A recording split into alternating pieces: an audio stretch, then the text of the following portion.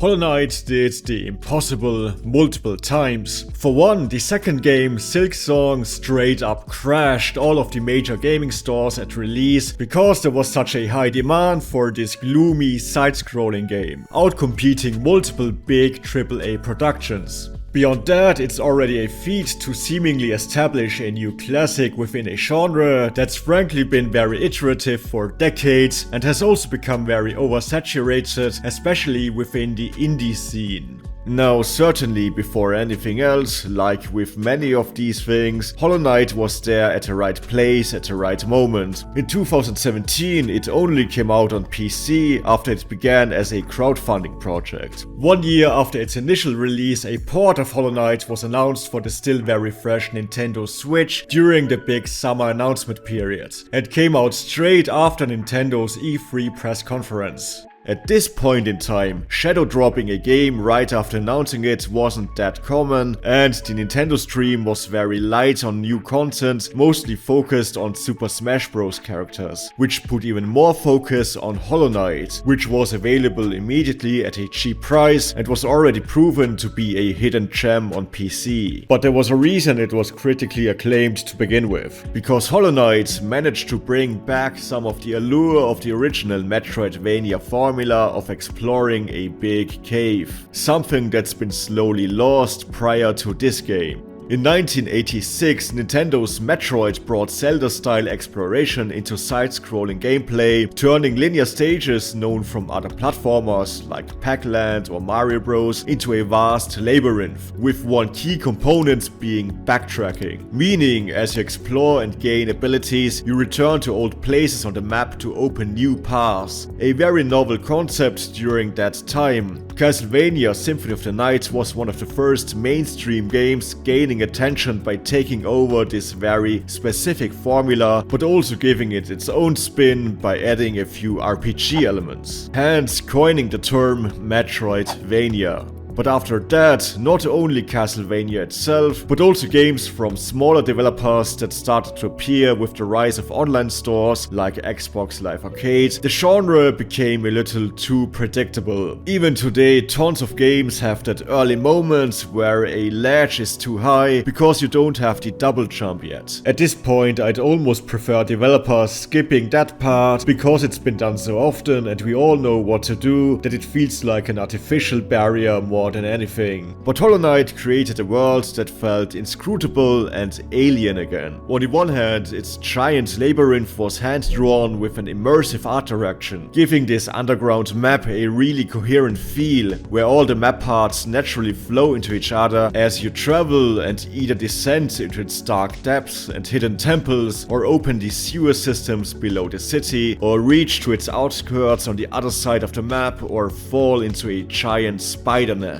And whenever a big detour takes you back into a previously hidden spot of an older area, it just makes sense. But the key elements that put it above the competition was the emphasis on exploring and player agency. Ever since the start of the 9th generation of consoles, a lot of developers started thinking any hurdle or friction was bad, because that could frustrate a player, and within their marketing logic, that would prevent supposed casual players from buying the product, or that players would give up on it. So the results are often puzzles that solve themselves, glowing breadcrumbs and giant markers making exploration completely redundant, and constant tutorials preventing players from finding out mechanics themselves. Hollow Knight did the exact opposite. During these times, the Metroidvania genre in general has been one of the last bastions, besides RPGs by From Software and a few other exceptions, which still relied on real exploring and figuring things out on your own, leading players invisibly with intuitive level and game design, instead of tutorial boxes and markers. Then Hollow Knight went even further, taking away utilities people were used to even from the genre genre like automatic maps. In the beginning you don't even get a map at all, you're reliant on hints within the map and engaging with the world to find out how to orient yourself, and on finding the tools yourself to create a map and then set your own markers, or find a way to make light within its many dark corridors. While this might sound overwhelming, again, the best games of the genre create the illusion of being lost, but actually provide all the necessary information through the world building itself without being intrusive. The game also very often rewards players for paying attention and spotting anomalies within the surroundings. And thanks to an equipment system with a wide range of different buffs, the developers could hide a lot of treasure that feels unique to some of these hidden tombs and palaces. Hollow Knight is also guilty of a few genre tropes, namely the fact that many barriers consist of those famous high ledges. But apart from that, it avoids artificial barriers like color-coded doors. You need to look for crumbling floors or lighten up dark tunnels, which creates a more natural style of exploring. Even when you do have a map, the game will often lead you into uncharted terrain, emphasizing the feeling of traveling an alien land.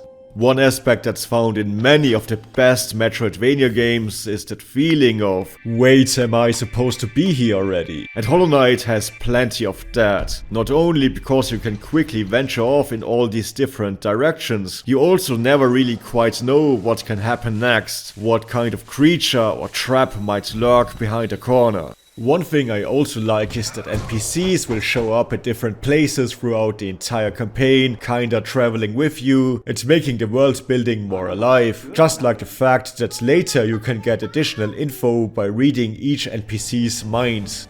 And then I guess there's also the additional factor of dangerous combat, which also makes the world feel appropriately hostile. Due to the short range of the character's main weapon and some of the wild enemy patterns, the game creates some intense duels, and even for smaller enemies, you need to keep your guard up and also retreat whenever necessary. Personally, I wouldn't have needed that aspect within the game, but it also isn't a distractor, especially because some of these enemy patterns are very well designed. To me, Hollow Knight was not perfect though, most notably because backtracking could become tedious within this particular map. Now, backtracking is at the core of this genre. However, the big classics like Super Metroid or Symphony of the Night managed to not make it feel like a chore. Metroid had a relatively compact map that didn't take too long to traverse and was full of smaller secrets, so even multiple backtracking routes could still contain fresh things to find with new abilities. Symphony of the Night went way bigger, but had a plethora of teleport points, not to mention less convoluted hallways, and even during backtracking you would still gain XP. Hollow Knight is huge, with only a few quick travel points and rooms that are often very convoluted, because they have that parkour and platforming design inspired by games like Super Meat Boy. Also, the game was a little harder than your usual Metroidvania, so if you die often, the runbacks are also pretty unexciting. Not to mention that there are so many shops that aren't even close to a teleport point. It's a small blemish in the level design for me, enough that I still prefer Metroid and Castlevania. However, the core of this game's world building was still a needed breath of fresh air within this genre. And it's not surprising that it's now often named among its biggest classics. Arguably, during the time Silksong came out, Hollow Knight has only gotten more refreshing. I welcome titles like Silksong, similar to Elden Ring a couple of years before it, proving that the mainstream can actually handle games that are all about player agency and immersing yourself in game systems without handholding.